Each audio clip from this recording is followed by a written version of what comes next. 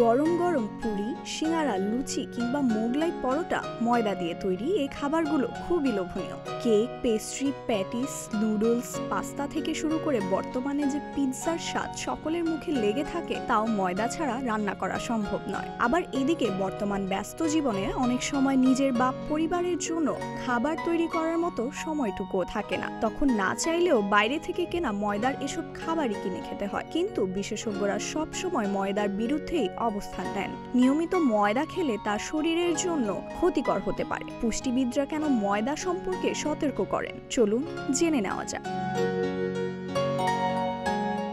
বিশেষজ্ঞদের মতে গমের ফাইবার অংশ বাদ দিয়ে তৈরি হয় ময়দা, অর্থাৎ ময়দা হলো রিফাইন্ড কার্বোহাইড্রেট, যে কারণে এই খাবার খেলে অন্ত্রে ভালো ব্যাকটেরিয়ার সংখ্যা কমে যেতে পারে, যার ফলে ধীর হয়ে যেতে পারে হজম শক্তি, এমনকি গ্যাস, অ্যাসিডিটির মতো সমস্যা নিত্যদিন বিরক্ত করতে পারে। তাই বলা যায় ময়দা পেটের জন্য খুবই ক্ষতিকর।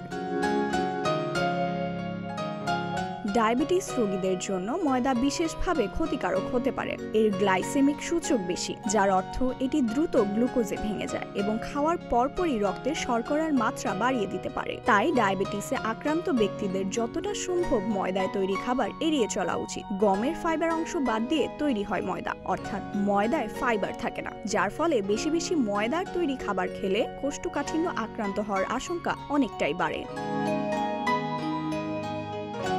হাই কোলেস্টেরল হলো হার্টের অসুখের কারণ, তাই বিশেষজ্ঞরা কোলেস্টেরলকে বশে রাখার পরামর্শ দেন। তবে আপনি যদি নিয়মিত ময়দার তৈরি খাবার খান, তাহলে কোলেস্টেরল বাড়বে, বই কমবে না। মূলত ময়দায় কোনো ফাইবার নেই, উল্টো ময়দা দিয়ে তৈরি বেশিরভাগ খাবারই তেলে ভাজা হয়, আর এই দুই কারণেই কোলেস্টেরল বাড়ে বলে জানাচ্ছেন পুষ্টিবিদরা।